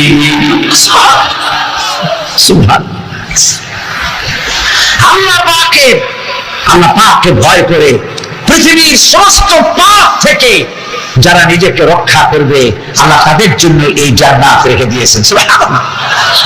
সেই জান্নাতের রিসিপশন আপনারা আন্দাজ করতে পারবেন না, রিসিপশন কারে কয়। এর প্রধানমন্ত্রী আর প্রেসিডেন্ট 4-5টা পুলিশ আর আর্মি এসে একটা ঠক করে সেলুট মারলো, বাস শেষ হয়ে গেল, এরকম না। জান্নাতীদেরকে রিসিপশন দেওয়া হবে। জান্নাতীরা যখন আল্লাহর হুকুমে জান্নাতের দিকে যেতে লাগবে, আর যখন জান্নাতের কাছে চলে যাবে, আল্লাহ রাব্বুল আলামিন শোনায় দিচ্ছেন, হাত্তা ইযা জাউহা فتحت أبوابها وقال لهم خزنتها سلام عليكم طبتم فادخلوها خالدين سبحان الله জান্নাতীরা যখন জান্নাতে প্রবেশ করার দরজার মুখোমুখি হবে দ্বার রক্ষীগণ তখন বলবে সালামুন আলাইকুম, আল্লাহর শান্তি তোমাদের উপরে বর্ষিত হোক। দুনিয়ার টাটকা টাটকা সুখগুলি দুই পা দিয়ে ছেলে দিয়েছ, টাটকা সুখগুলি গ্রহণ করো নাই, খারাপ খাও নাই, আল্লাহর দ্বীন কায়েমের জন্য রক্ত দিয়েছো, জীবন দিয়েছো, কষ্ট করেছো, আল্লাহকে ভয় করেছো, আমাদের সালাম গ্রহণ করো, জান্নাতের মধ্যে ঢুকে যাও চিরকালের জন্য। সুবহানাল্লাহ। আর বাইরে হওয়া লাগবে না, চিরকাল এই জান্নাতের মধ্যে তোমরা বসবাস করতে পারবে, আল্লাহ রাব্বুল আলামিনের ফেরেশতারা বলে দিবেন। জান্নাতের মধ্যে আল্লাহ পাক হুরদের সঙ্গে জান্নাতীদের বিয়ের ব্যবস্থা করে দিবেন। কোরআনে কারিমে আল্লাহ পাক বলেন মুত্তাকিনা আলা সুরুরিন মাসফুফাতিন ওয়া যাওয়াজনাহুম বিহুরিন আইন। সামনাসামনি ভাবে সাজানো সারি সারি আসন সমূহের উপর তারা ঠেস লাগায় বসে থাকবে, আর আল্লাহ রাব্বুল আলামিন হুরদের সাথে জান্নাতীদের বিয়ের ব্যবস্থা করে দিবেন। যেসব হুরের সঙ্গে বিয়ে হবে তাদের আল্লাহ পাক বিবরণ দিচ্ছেন কি রকম হবে তারা। লাম ইয়াকুমিসহুন্না ইনসুন ওয়ালা জান, এর পূর্বে জিন এবং ইনসান এদেরকে কেউ স্পর্শ করে নাই। কিরকম তারা? কাআন্নাহুন্নাল ইয়াকুতু ওয়াল মারজান, যেমন ঝিনুকের ভিতরে মণিমুক্তা থাকে এইভাবে আল্লাহ পাক তাদেরকে পবিত্র করে রেখে দিয়েছেন। আমার প্রিয় ভাইরা, আল্লাহ রাব্বুল আলামিন কোরআনে কারীমের ভিতরে বলেছেন ফাবিআইয়ি আলা'i রাব্বিকুমা তুকাযযিবান। জান্নাত দান করে আল্লাহ পাক এবার জান্নাতীদেরকে সম্বোধন করে বলবেন ইয়া ইবাদি লা খাউফুন আলাইকুমুল ইয়াওমা ওয়ালা আনতুম তাহজানুন। হে আমার বান্দারা, লা খাউফুন আলাইকুমুল ইয়াওম, আজ আর কোনো ভয় নাই। সুবহানাল্লাহ সুবহানাল্লাহ। আজ আর কোনো ভয় নাই, কোনো চিন্তাও নাই, আরামে এই জান্নাতের মধ্যে বসবাস করো। এরপরে আল্লাহ পাক জিজ্ঞেস করবেন, ও আমার জান্নাতীরা, আমি যে সব ওয়াদা করছিলাম আমার ওয়াদা মোতাবেক সমস্ত নিয়ামত পেয়েছো? তারা বলবে হ্যাঁ পেয়েছি, সব নিয়ামত আপনার ওয়াদা মোতাবেক সব পেয়েছি। আল্লাহ রাব্বুল আলামিন বলবেন সব পাও নাই, ওয়ালাদাইনা মাজিদ, আমার কাছে আরো বেশি আছে। সুবহানাল্লাহ, আমার কাছে আরো বেশি আছে। জান্নাতীরা বুঝবে না সে আরো বেশিটা কি, এর থেকে আর বেশি কি। প্রিয় ভাই সব, নবী করিম সাল্লাল্লাহু আলাইহি সাল্লাম বলেছেন জান্নাতের সুখ আর শান্তি কোন চোখ নাই যা দেখেছে, যা কোন অন্তঃকরণ নাই যা কল্পনা করতে পেরেছে। এই জান্নাত মুত্তাকিদের জন্য আল্লাহ রাখছেন। সুবহানাল্লাহ। জান্নাতীরা ভাবতেও পারবে না সেই নিয়ামতগুলি কি। প্রিয় ভাই সব, সেই মুহূর্তে আল্লাহর নবী মুহাম্মদুর রাসূলুল্লাহ সাল্লাল্লাহু আলাইহি ওয়াসাল্লাম বলবেন রব্বুল আলামিন, আমার উম্মতেরা জান্নাতীরা বুঝতে পারে নাই আপনার কাছে কি নিয়ামত আরো বেশি আছে। আমার এই উম্মতেরা জান্নাতীরা আপনার ওয়াদা মোতাবেক সব পেয়েছে, কিন্তু একটি জিনিস এখনো তাদের কিসমতে হয় নাই। সেই জিনিসটা হলো যারা তার রবকে না দেখে শুধু কোরআন আর হাদিসের কথা শুনে আরবের ঘুম হারাম করে তাহাজ্জুদের নামাজ আদায় করেছিল, চোখের পানি ঢেলেছিল। যারা জান্নাত দেখে নাই, জাহান্নাম দেখে নাই, আপনাকে ভয় করে যারা জীবন পরিচালনা করেছিল, যারা আপনাকে দেখে নাই, না দেখে শুধু কোরআন হাদিস বিশ্বাস করে যারা অকাতরে নিজেদের জীবন বিলায় দিয়েছিল, এই জান্নাতীরা এখন পর্যন্ত তার রবকে দেখতে পারে নাই। আল্লাহ রাব্বুল আলামিন তার সামনে থেকে 70,000 পর্দা সরে যাবে। আল্লাহ পাক বান্দাদের আরজি পুরা করার জন্য জান্নাতীদের সামনে তিনি জালোয়া ফরজ হবে। কোরআন শরীফের ভিতর আল্লাহ পাক বলেন, জান্নাতীরা তারা আল্লাহর দিকে, জান্নাতীরা তার রবের দিকে তাকিয়ে থাকবে, আর রব তার বান্দাদের দিকে তাকায়া থাকবে। প্রাণ ভরে জান্নাতীরা রবকে দেখবে, সুবহানাল্লাহ, আল্লাহ পাককে দেখবে। প্রাণ খুলে আজ দোয়া করি রব্বুল আলামিন, জান্নাতের যেই পরিবেশে, যেই জায়গায় তুমি দয়া করে তোমার গোলামদেরকে তুমি নিজে দর্শন দিবে, দেখা দিবে।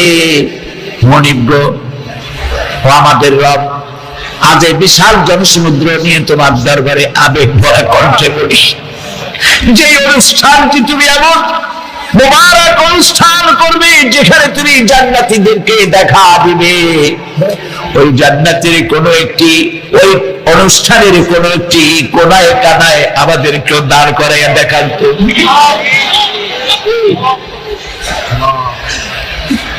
প্রিয় ভাই সাহেব, আল্লাহ রাব্বুল আলামিন মানুষের সামনে এত সব নিয়ামত রেখেছেন, এই জান্নাত দান করবেন।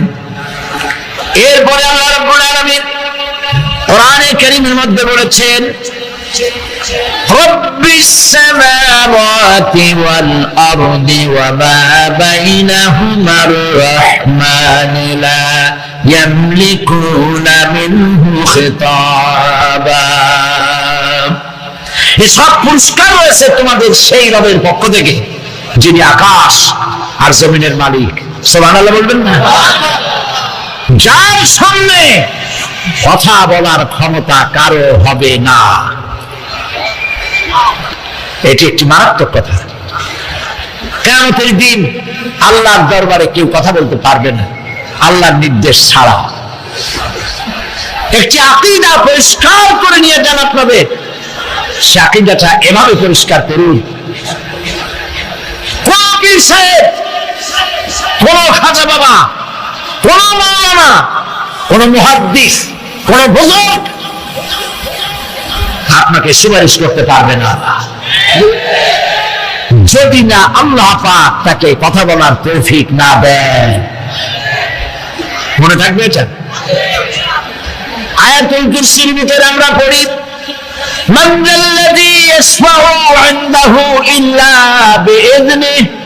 আল্লাহ পাক বলেছেন কিয়ামতের দিন আল্লাহর দরবারে কার সাহস আছে কথা বলতে পারে? মান যাল্লাযী ইয়াশফাউ ইনদাহু ইল্লা বিইذনিহি। আল্লাহর ওয়াদা ছাড়া, হুকুম ছাড়া আল্লাহর সামনে কথা বলা সেদিন কেউ থাকবে না। সুবহানাল্লাহ, কেউ কথা বলতে পারবে না। জন্মের পরের থেকে আমার জন্য রিজার্ভ আছে যতটুকু, 50 বছর বাঁচবো, 60 বছর বাঁচবো, যতটুকু হায়াত আমার জন্য নির্ধারিত করা আছে, নির্ধারণ করা আছে, প্রতিদিন একদিন করে কমে যেতেছে। এজন্য আমি বলি, আমার বাড়িতে যে ঘড়িটা আছে, এই ঘড়িটা বেলা 1টার সময় ঢং করে একটা আওয়াজ দেয়, শ্রোতাকে শুনিয়ে দেয়, বাড়িওয়ালা তোমার জীবনের মূল্যবান হায়াত থেকে 1 ঘন্টা কমায়া দিলাম।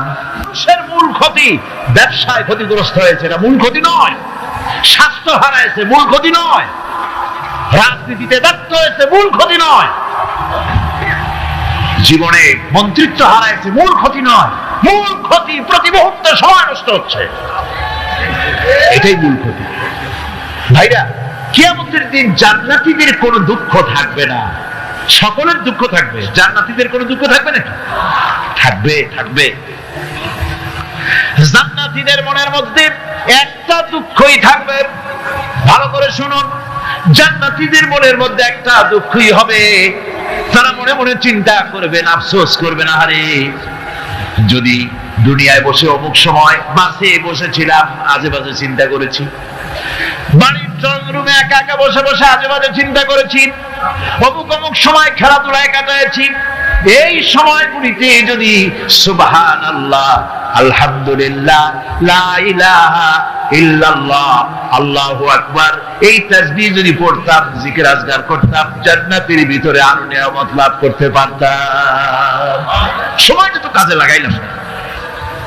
মানুষের সবটা, মুমিনের সব কাজে সব। ওয়াকুলু লিন-নাসি হুসনা, মানুষের সঙ্গে ভালো ভালো কথা কও, মানুষের সঙ্গে হাসি মুখে কথা কও।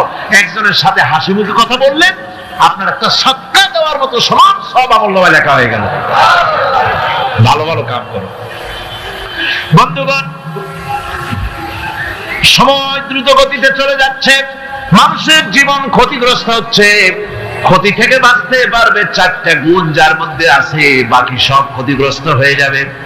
আমার ভাইয়েরা, এই কথাগুলি বলে আল্লাহ পাক যেন এরকম একটা দৃষ্টান্ত দিলেন।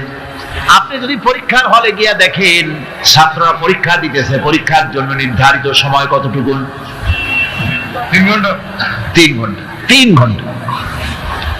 আপনি গিয়ে দেখলেন কোন একজন পরীক্ষার্থী পরীক্ষা দিতে গিয়ে আর একদিকে তাকায় আছে, আকাশের তারা গুনতেছে, অথবা সে গল্প করতেছে, অথবা পরীক্ষা বাদ দিয়ে আজে বাজে কিছু লিখতেছে। আপনি যেমন তাকে, ওই ছেলেটাকে আনমনা গাফেল ছেলেটাকে ঘড়ির দিকে তাকায় বলেন, এই ছেলে ওই ঘড়ির দিকে তাকাও, দেখো তোমার সময় কিন্তু চলে যেতেছে মাত্র 1 ঘন্টা, আর তুমি সময় নষ্ট করতেছো। আল্লাহ যেন স্নেহ পরবশে তামাম পৃথিবীর গোলামদেরকে, বান্দাদেরকে আঙ্গুল নির্দেশনা দিয়ে বলছেন, বান্দারা প্রতি মুহূর্তে তোর জীবনের মূল্যবান সময় চলে যেতেছে, প্রতি মুহূর্তে সময় যাচ্ছে। আর ইনসান বলতে শুধু মুসলমান না, ইনসান বলতে কি মুসলমান শুধু না, আল ইনসান মানব মণ্ডলী, বিশ্বের সমস্ত মানুষকে আল্লাহ বলছেন, হিন্দু, খ্রিস্টান, বৌদ্ধ, নাসারা, ইহুদি, মজুসি, মুসলমান, বিশ্বের সব মানুষকে আল্লাহ বলছেন। যেহেতু আল্লাহ স্রষ্টা, মানুষের ব্যাপারে সার্বিক কল্যাণময় কথা কে বলতে পারেন? কে বলতে পারেন?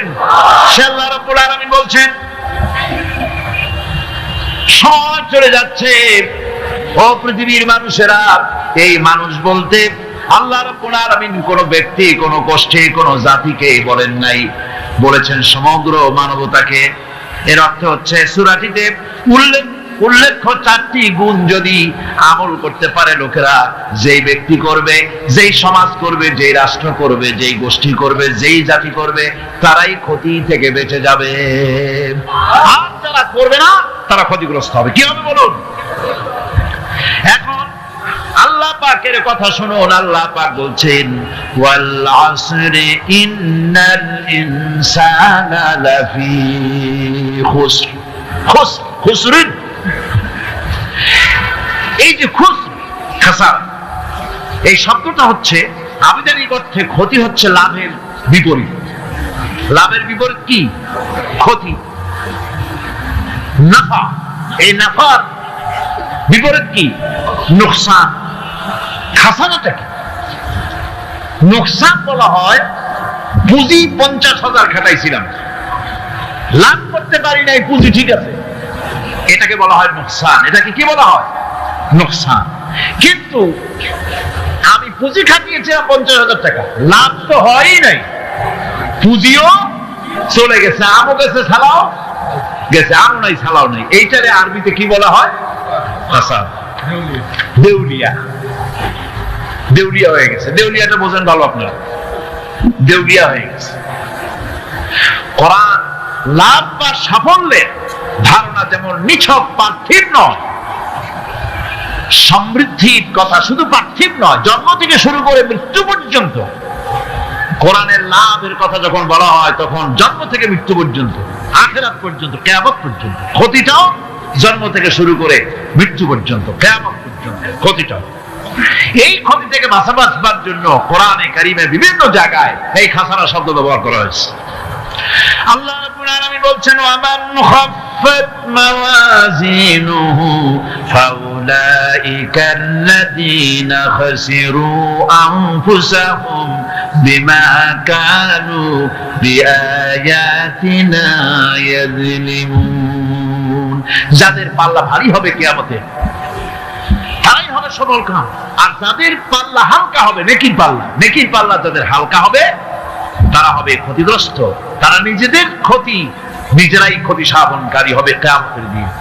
কাজে মানুষের জীবনের সমুদয় কার্যাবলীর ভালো অংশ যদি খারাপ অংশের উপরে বিজয়ী হয়, তারপরে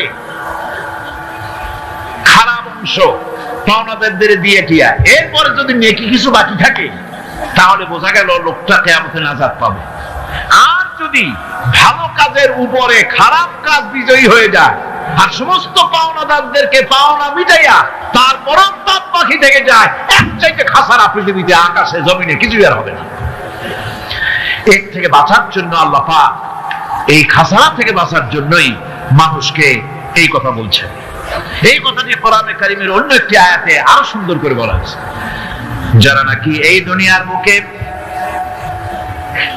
যারা নিজেদের পুঁজি খাটাইছে, জীবনের পুঁজি সুদ কামাইতে খাটালো, জীবনের পুঁজি খাটালো হারাম কামাইয়ের ভিতরে, অন্যায় কাজের ভিতরে, যারা জীবনের পুঁজিকে আল্লাহর দ্বীনের কাজে লাগাতে পারে নাই, তাদের সম্পর্কে বলা হচ্ছে হাসিরাত দুনিয়া ওয়াল আখিরাতা যালিকা হুয়াল খুসরানুল মুবিন। হাসিরাত দুনিয়া ওয়াল আখিরাত, দুনিয়াও ক্ষতিগ্রস্ত, আখিরাতেও ক্ষতিগ্রস্ত।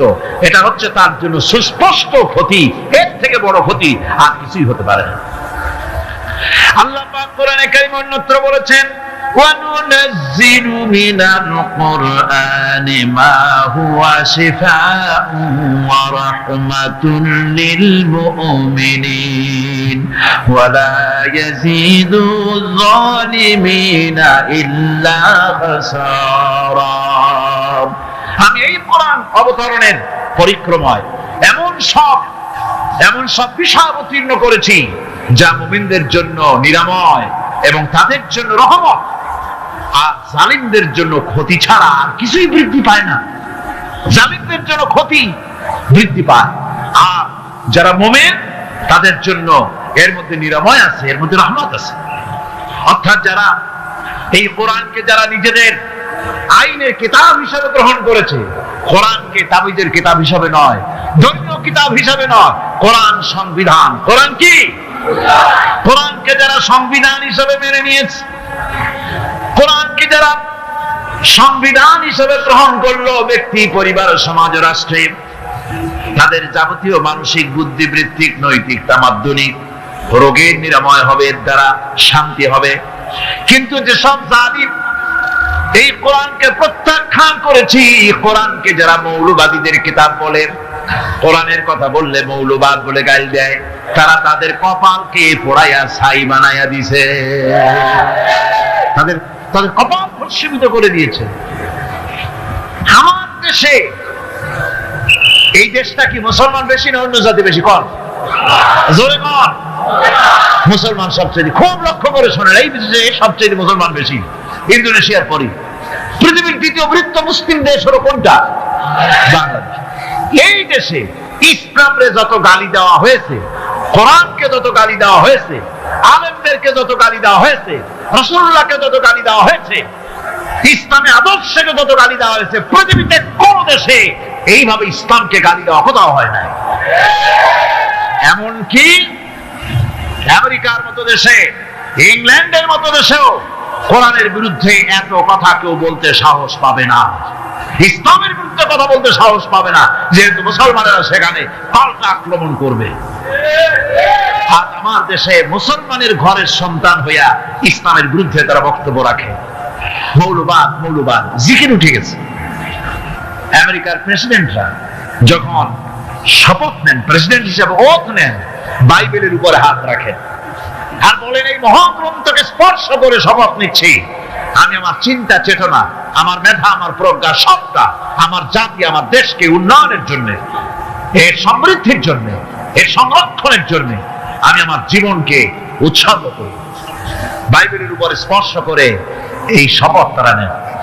আমার দেশের প্রেসিডেন্ট, প্রধানমন্ত্রী শপথ নেওয়ার সময় কোরআন শরীফের উপরে হাত রাখে যদি, তাহলে বলা হবে বেচারা মৌলবাদী হয়ে গেছে। এটা করা যাবে না। আর যদি কেউ করে সামান্য কিছু করেন না, যদি তসবিহ নিয়েও আসে, তাহলে বুঝতে হবে জাতির সাথে একটা প্রতারণা ছাড়া কিছুই না। কাজেই ধর্মের প্রতি আকর্ষণ একটা ভিন্ন জিনিস, সেই জিনিসকে ছেড়ে যারা দেয় তারাই ক্ষতিগ্রস্ত হয়, আর যারা ধরে রাখে তারা দুনিয়ায় ক্ষতিগ্রস্ত হয় না। আল্লাহ পাক এখানে রাসূল করিম সাল্লাল্লাহু আলাইহি ওয়াসাল্লাম একটি হাদিস প্রণিধানযোগ্য কোরআনের ব্যাপারে। হুজুর বলেছেন, আল কোরআন হুজ্জাতুন লাকা ওয়া আলাইকা। এই কোরআন হয় তোমার পক্ষের সাক্ষী, না হয় এই কোরআন তোমার বিপক্ষের সাক্ষী। কিয়ামতে এই কোরআন হয় তোমার পক্ষে কাজ করবে, নতুবা এই কোরআন তোমার বিপক্ষে কাজ করবে। দুই অবস্থা থেকে খালি হবে না, হয় কোরআন তোমার পক্ষে সাক্ষী দেবে, না হয়। আমরা কি চাই? কিয়ামতে কি চাই? বলেন কি চাই? কোরআনের পক্ষে যদি আমরা সাক্ষী চাই, তাহলে এই কোরআনের পক্ষে আমাদেরকে কাজ করতে হবে। এছাড়া আমাদের নাজাতের কোনো পথ নাই। আমাদের মুক্তির পথ হচ্ছে কোরআন কেন্দ্রিক, রাসূলুল্লাহ হাদিস কেন্দ্রিক। এর বাইরে আমাদের সমস্ত পুঁজি নষ্ট হয়ে যাবে। আমাদেরকে পৃথিবীতে টিকে থাকতে হলে কোরআনের উপরে ভিত্তি করে আমাদেরকে বাঁচতে হবে, টিকতে হবে। কোরআনে কারিমে আল্লাহ রাব্বুল আলামিন অন্যত্র বলেছেন, কুল ইন্নাল খাসিরিনাল্লাযীনা খাসিরু আনফুসাহুম ওয়া আহলিহিম ইয়াওমাল কিয়ামাহ আলা যালিকা হুয়াল খুসরানুল মুবিন। বলো, প্রকৃত দেউলিয়া তারাই যারা কিয়ামতের দিন নিজেকে, নিজের পরিবার পরিবর্গকে এই ক্ষতির দিকে যারা ঠেলে দেবে। ভালো করে শুনে নাও, এটি হচ্ছে সুস্পষ্ট ক্ষতি, সুস্পষ্ট দেউলিয়াপনা।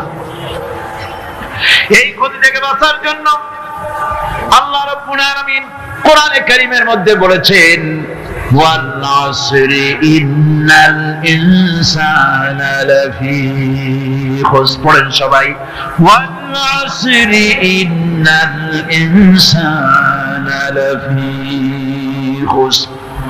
মানুষের, সমগ্র মানুষের জীবন ক্ষতিগ্রস্ত। কে বলতেছেন? গা শিউরে ওঠার কথা না? গা শিউরে ওঠে। আল্লাহ বলতেছেন ক্ষতিগ্রস্ত। আপনি যতই মনে করেন আপনার মিল আছে, কল আছে, কারখানা আছে, মন্ত্রী, টাকা পয়সা আছে, প্রেসিডেন্ট হয়েছেন, প্রধানমন্ত্রী হয়েছেন, আপনার জীবন সফল হয়েছে, আল্লাহ বলেন না, জীবন ব্যর্থ, জীবন বিফল, জীবন ক্ষতিগ্রস্ত। তাম পৃথিবী সমস্ত মানুষ ক্ষতিগ্রস্ত, ব্যর্থ। চারটে কাজ করলে সফল হবে। কয়টা কাজ? জোরে বলেন, কয়টা কাজ? ইল্লাল্লাযীনা আমানু ওয়া আমিলুস সালিহাতি ওয়া তাওয়াসাউ বিল হাক্কি ওয়া তাওয়াসাউ বিস সাবর। চারটে কাজ করলে জীবন হবে সফল। এই ব্যর্থতা থেকে, এই ক্ষতি থেকে যদি বাঁচতে চাই কিনা? কারা কারা চাই? দেখাই তো হাত। কারা কারা চাই? ক্ষতির হাত থেকে বাঁচতে চাই কারা? আলহামদুলিল্লাহ, হাত নামান। ক্ষতির হাত থেকে যারা বাঁচতে চান, আল্লাহ রাব্বুল আলামিন তাদের জন্য ফর্মুলা পেশ করেছেন, ইল্লাল্লাযীনা আমানু ওয়া আমিলুস সালিহাতি ওয়া তাওয়াসাউ বিল হাক্কি ওয়া তাওয়াসাউ বিস সাবর। আল্লাহ পাক বলেন, চারটি কাজ করলে জীবন সফল হয়ে যাবে। কয়টা কাজ? চারটা কাজ করলে জীবনটা সফল হয়ে যাবে। এক নম্বরে ঈমান। এক নম্বরে কি? ঈমান। এটাই হচ্ছে ফাউন্ডেশন। ক্ষতি থেকে বাঁচার জন্য প্রথম যে গুণটি, সেটির নাম হচ্ছে ঈমান। ইসলামে ঈমানের স্থান সর্বপ্রথম, তারপরে হচ্ছে ইসলাম। ঈমান আগে, তারপরে কি? ইসলাম। ইসলাম হচ্ছে বীজ, ঈমান হচ্ছে বীজ, আর ইসলাম হচ্ছে চারা, গাছ। এটা হচ্ছে ভিত্তি। এই ভিত্তিকে সর্বপ্রথম মজবুত করতে হবে। ঈমানের ভিত্তি, ঈমানের ভিত্তি দুনিয়ায় ঈমানের আহ্বান জানাবার জন্যই আল্লাহ রাব্বুল আলামিন সমস্ত নবী এবং রাসূলদেরকে পৃথিবীতে পাঠিয়েছেন ঈমানের আহ্বানের জন্য। দুনিয়ার সমস্ত নবীদের দাওয়াত ছিল ঈমানের দাওয়াত। কিসের দাওয়াত? এই ঈমানের দাবিটা আসছে, এই দাওয়াতটা এসেছে আল্লাহর কাছ থেকে। কার কাছ থেকে?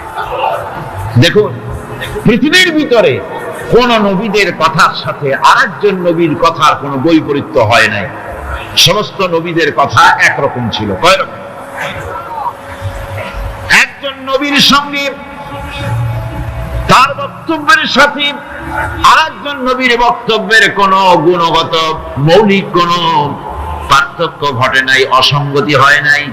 কারণ নবীরা আম্বিয়া আলাইহিমুস সালাম নিজেরা বানিয়ে কথা রচনা করে তারা মানুষের সামনে পেশ করে নাই। সমস্ত নবীদের কাছে যত দাওয়াত এসেছে একটা অফিস থেকে এসেছে। সে অফিসটা হচ্ছে কার? আল্লাহ রাব্বুল আলামিনের। তাই দুনিয়ার সমস্ত পয়গম্বরদের দাওয়াত ছিল না ইলাহা ইল্লাল্লাহ, লা ইলাহা ইল্লাল্লাহ, লা ইলাহা লা ইলাহা ইল্লাল্লাহ মুহাম্মাদুর রাসূলুল্লাহ। এটাই ছিল সমস্ত নবীদের দাওয়াত। কোরআনে কারীম তার ধারক এবং বাহক সম্পর্কে বলে যে তিনি যে দাওয়াত দিয়েছেন সে দাওয়াতটা হলো ঈমানের দাওয়াত। আমাদের নবী তিনি এসে যে দাওয়াত দিয়েছেন সে দাওয়াতটা কিসের? কোরআনে কারীম বলছি ربنا إننا سمعنا مناديا ينادي للإيمان। হে আমাদের রব, নিশ্চয়ই আমরা এমন একজন আহ্বায়কের আহ্বান শুনেছি যিনি আমাদেরকে ঈমানের দাওয়াত দিয়েছেন। এমন কোন পয়গম্বর নাই দুনিয়ায় যিনি ঈমানের দাওয়াত দেন নাই। সকলেই ঈমানের দাওয়াত মানুষের সামনে, বিশ্ববাসীর সামনে পেশ করেছেন। কোরআনে হাকিম স্পষ্ট একটা সীমারেখা দুনিয়ার মানুষের সামনে পেশ করে পৃথিবীর মানুষগুলিকে দুটি শ্রেণীতে বিভক্ত করে দিয়েছে। একটি হচ্ছে ঈমান পোষণকারী, আরেকটি হচ্ছে অবিশ্বাসী। একটা ঈমান পোষণকারী আর একটা অবিশ্বাসী। ঈমান পোষণকারীরা সত্যশ্রয়ী, তারা হচ্ছে জ্ঞান এবং নূরের সম্পদে সমৃদ্ধ। আর তৃতীয় দলটি হচ্ছে কাফের, জালিম, মূর্খ। তারা হেদায়েতের রাস্তা তাদের জন্য অবরুদ্ধ। কোরআনে কারীম এই দুইটি দল সম্পর্কে উল্লেখ করতেছেন মাসালুল ফারিকাইনি কাল আ'মা ওয়াল আসাম্মি ওয়াল বাসীরি ওয়াস সামিম হাল ইয়াস্তাবিয়ানি মাসালান আফালা। কোরআন শরীফ বলছে يستويان مثلا أفلا تذكرون। দুইটি শ্রেণীতে আল্লাহ পাক ভাগ করে দিয়েছেন। একটা শ্রেণী হচ্ছে অন্ধ, বোবা, বধির। আরেকটি যারা শুনতে পায়, চোখে দেখতে পায়। এই দুটি কখনো এক নয়, সমান নয়। এই দুটি রাস্তা আলাদা। কাফেরের রাস্তা আর ইমানদারদের রাস্তা সম্পূর্ণ ভিন্ন। আল্লাহ রাব্বুল আলামিন ঈমান এবং কুফরের পার্থক্য বলে দেওয়ার জন্য গোটা মানব জাতির মধ্যে স্পষ্ট করে বলেছেন লা ইকরাহা ফিদ-দীন ক্বাদ তাবায়্যানার রুশদু মিনাল গাই। দ্বীনের ব্যাপারে জোর জবরদস্তি নেই। এখানে হেদায়েতের পথ এবং গোমরাহি, হেদায়েতকে গোমরাহির পথ থেকে সম্পূর্ণ আলাদা করে দেওয়া হয়েছে। লা ইকরাহা ফিদ-দীন, দ্বীনের ব্যাপারে কোনো জোর জবরদস্তি নেই। যারা ধর্মনিরপেক্ষবাদী তারা এই আয়াতটাকে নিজেদের মতবাদকে প্রতিষ্ঠার লক্ষ্যে অনেক সময় কাজে লাগায়। দুটি আয়াতকে তারা বেশি ব্যবহার করে। একটা হচ্ছে লাকুম দীনুকুম ওয়ালিয়া দীন, আর একটা হচ্ছে লা ইকরাহা ফিদ্দিন। এই দুইটি আয়াতকে ধর্ম নিরপেক্ষবাদীরা ব্যবহার করে। এই দুটির কোনটি তাদের আদর্শকে বোঝাবার লক্ষ্যে ব্যবহারের কোনো সুযোগ নাই।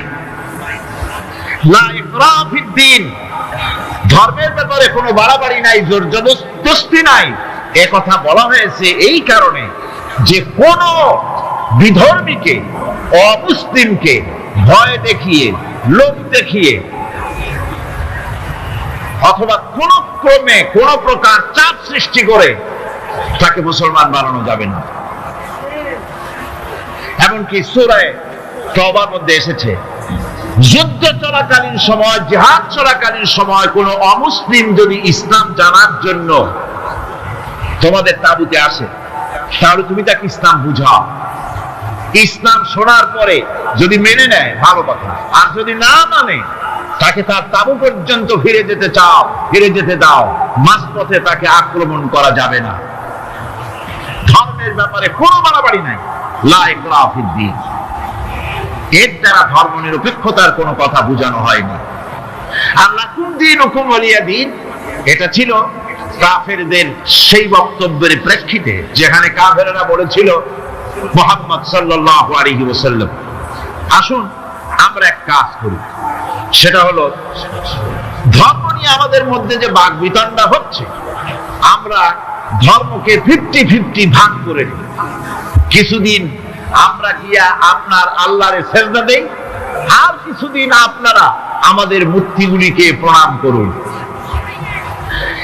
এই প্রস্তাব যখন রাখল, আল্লাহ রাব্বুল আলামিন সূরা কাফিরুন অবতীর্ণ করে দিলেন, কুল ইয়া আইয়ুহাল কাফিরুন লা আ'বুদু মা তা'বুদুন। হে কাফেরেরা, হে অবিশ্বাসীরা, নবী আপনি বলুন, হে অবিশ্বাসীরা, তোমরা যার ইবাদত করো আমরা তার ইবাদত করি না, আবার আমরা যার ইবাদত করি তোমরাও তার ইবাদত করো না। সুতরাং লাকুম দীনুকুম ওয়ালিয়া দীন, সুতরাং তোমাদের দিন তোমাদের জন্য, আমাদের দিন আমাদের জন্য। এখানে নিরপেক্ষতার কথা বলা হয় না, এখানে পক্ষের কথা বলা হয়েছে। কিসের পক্ষ? ধর্মের পক্ষ। কিসের পক্ষ? হিন্দু, খ্রিস্টান, বৌদ্ধ, তোমরা তোমাদের ধর্মের পক্ষে থাকো। মুসলমান, তোমরা তোমাদের ধর্মের পক্ষে থাকো। ধর্মের ব্যাপারে নিরপেক্ষ হওয়ার কোনো সুযোগ নাই। আছে নাকি সুযোগ? আমি পার্লামেন্টে বলেছি এই কথা, যে একটা ধর্মের উপরে বিশ্বাস করে নিজেকে একটা ধর্মের পক্ষের ব্যক্তি হিসাবে ঘোষণা করে কেউ বলছে, দাবি করছে আমি হিন্দু, কেউ বলছে আমি বৌদ্ধ, কেউ বলছে আমি খ্রিস্টান, কেউ বলছে আমি মুসলমান। নিজেকে একটা ধর্মের বিশ্বাসী ঘোষণা করার পর আমি ধর্ম নিরপেক্ষ, এই কথাটা মিথ্যা, বানোয়াট, জালিয়াতি, প্রতারণা, মুনাফিক। কোন ধর্মের অনুসারী ব্যক্তি ধর্ম নিরপেক্ষ হতে পারে না। কেবলমাত্র নাস্তিক, যারা আল্লাহরে মানে না, আল্লাহকে স্বীকার করে না, ওরা বলতে পারে আমরা ধর্ম নিরপেক্ষ, ধর্মের ব্যাপারে আমরা নিরপেক্ষ গুলো মানি না, বিশ্বাস করি না। কিন্তু যারা ধর্মে মানে, সে যে ধর্মেরই হোক না কেন, সে ব্যক্তি ধর্ম নিরপেক্ষ যদি দাবি করে, এটা মিথ্যে কথা, এটা মুনাফিকি ছাড়া কিছু হতে